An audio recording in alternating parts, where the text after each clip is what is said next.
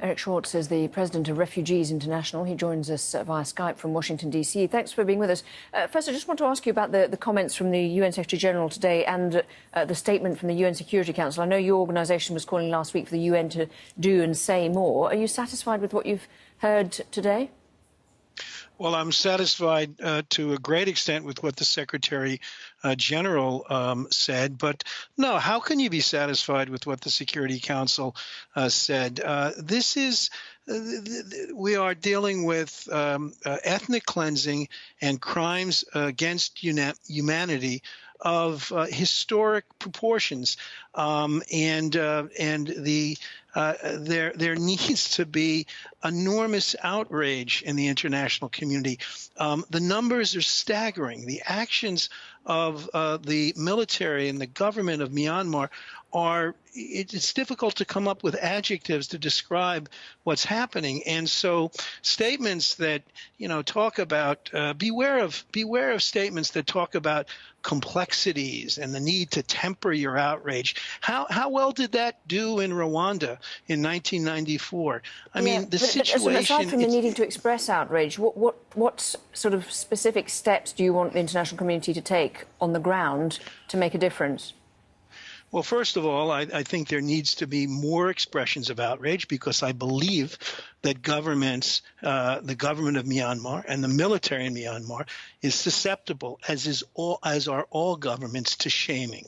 Secondly, I think there should be multilateral military sanctions against the Myanmar military.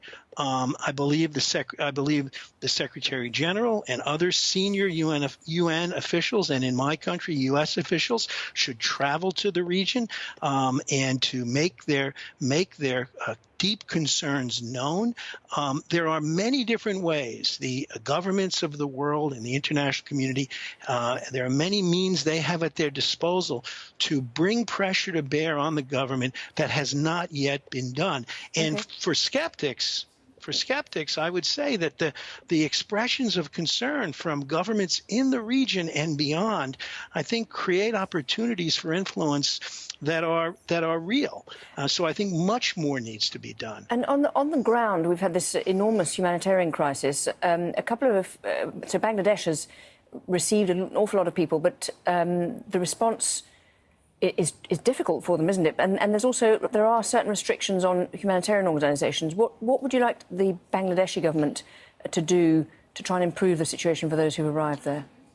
Well, look, I think it would be irresponsible if we didn't say first and foremost, we didn't express our solidarity and support for the government of Bangladesh. The Prime Minister of Bangladesh, Sheikh Hasina, has made statements that I think should be welcomed by the world, expressing her concern about what's happening. But in addition, we need to encourage the government of Bangladesh to make and keep their borders open, so that refugees who are fleeing, who are being driven out, have refuge. I think humanitarian organizations like the United Nations High Commissioner for Refugees have to have full and unfettered access to Bangladesh, and I'm hopeful and that the government of Bangladesh will understand that, so that the aid can continue to come into Bangladesh. Eric Schwartz, thank you very much indeed for sharing your thoughts. Thank you. Thank you.